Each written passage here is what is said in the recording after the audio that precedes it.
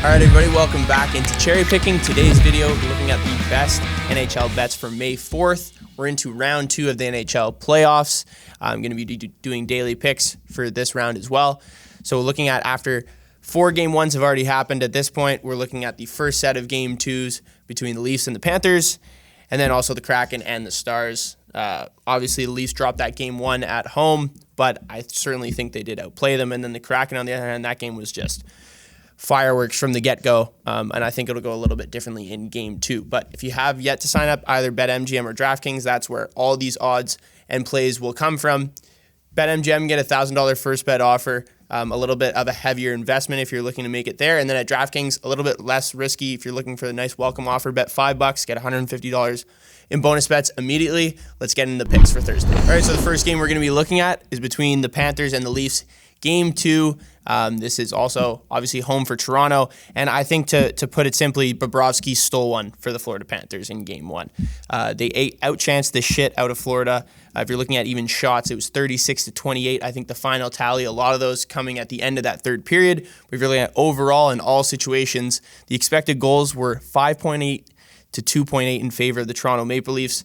Sergei Bobrovsky's goals saved above expected was 4. That's insane. I don't think we've seen a single goalie have a number that high throughout the entire NHL playoffs to this point. So something I don't think we'll see from Bobrovsky again in Game 2. I think you can expect maybe a solid game, but you saw at the end of that third period when it was just a Toronto Maple Leafs barrage on net, and Bobrovsky was just stopping everything in sight, or the shots were being blocked. Now, Bobrovsky has also rattled off 4 straight wins. He hasn't yet to do that, or he did not do that a single time in the regular season.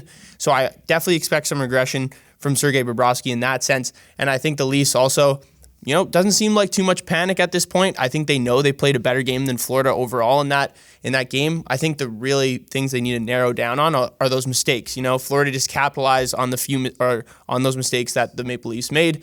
One of them being TJ Brody. At the end of that period, Carter Verhaeghe scoring to go up 3-2 at the end of the second was obviously a dagger. Stuff like that they need to minimize, and I think Sheldon Keefe and this team will get it reined in. Leafs to win Game 2. It's priced around minus 115 to take them in regulation. Taking them just to win in general, minus 170, minus 180. I don't think it's worth it. If you want to pay the juice, by all means, go for it. But I think minus 115 is a fine price to pay. You can find that line in DraftKings. All right, the next game we're going to be looking at, Kraken Stars Game 2, and we're going to be looking at the under 5.5 at minus 120 at BetMGM. I have to take another shot on the under here. I took it in Game 1. It was just an insanely hot start in the first period, and I don't think too many people expected that many goals to be scored so quickly.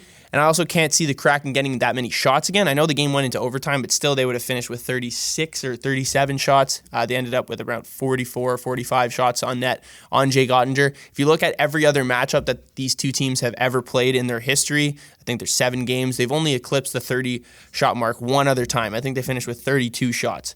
So I don't think we'll see as heavy of a volume from Seattle in this one, just because we haven't seen it really in the past.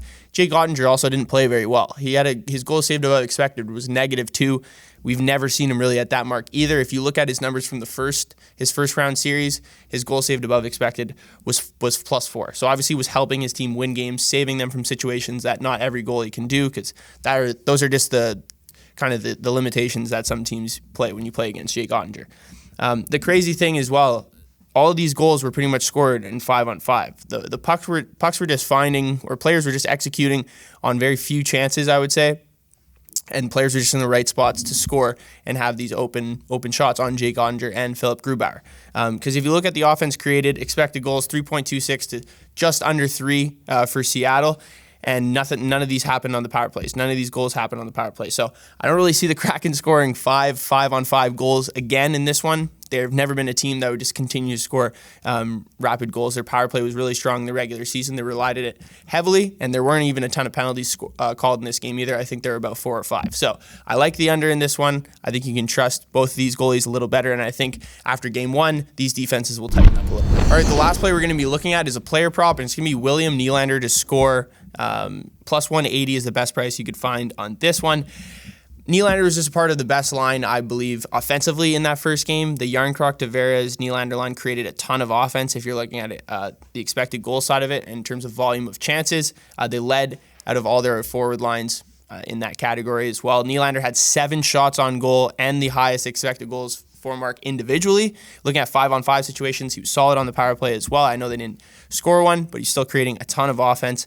His last 4 games at home too against the Panthers, he's recorded 3 goals, so almost a goal per game in that sense. And then if you look at the first round series against Tampa Bay, he scored 2 of his series goals in the first 2 games at home. So obviously much more comfortable at home. I think the Leafs will come out firing. I think you'll see, obviously it was Matthew Nyes and Michael Bunting scoring. We didn't see too much from Austin Matthews, Mitch Marner, and William Nylander in terms of getting on to the score sheet, and I think that will be different in this game, and I think Nylander will be at the front of that. All right, thank you guys for tuning in. Be sure to like, comment, subscribe. If you have yet to sign up at DraftKings or BetMGM and want to bet some of these plays, be sure to do so. The link will be in the description, and I'll see you guys tomorrow.